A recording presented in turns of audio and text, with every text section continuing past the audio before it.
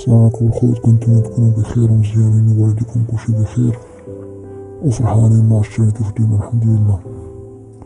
اولا قبل ما نبدا نعاود لكم القصة ديالي كنشكر القناة ديال اسينفو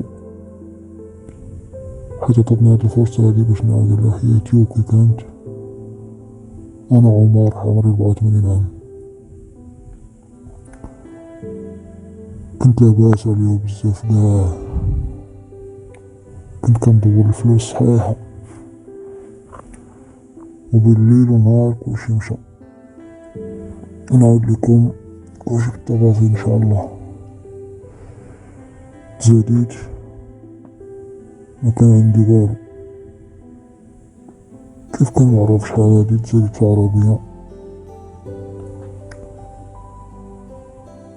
صافي وصل للسن 12-13 الوالد جا عليا من الدار قالي سير تبع على راسك غير خدم. طلعت لكازا بدت في الزنقة كلشي من الشارع تقاتلنا شحال من حاجة.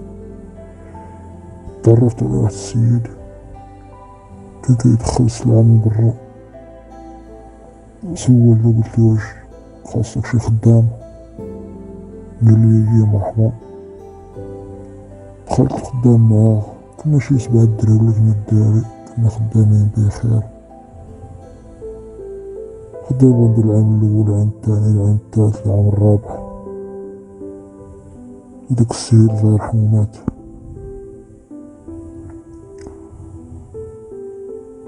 تا واحد ما كان قاعد دايز ديك الشركة ديالو كانت صعيبة بزاف، ما بين الديوانة وخصك تمشي للدار تجيب السلعة والحساب شحال من حاجة. داك السيد الله يجازيه بالخير كان عنده 2 وليدات، بنت وولد. الولد مشى لبرا وعمر صور في والديه.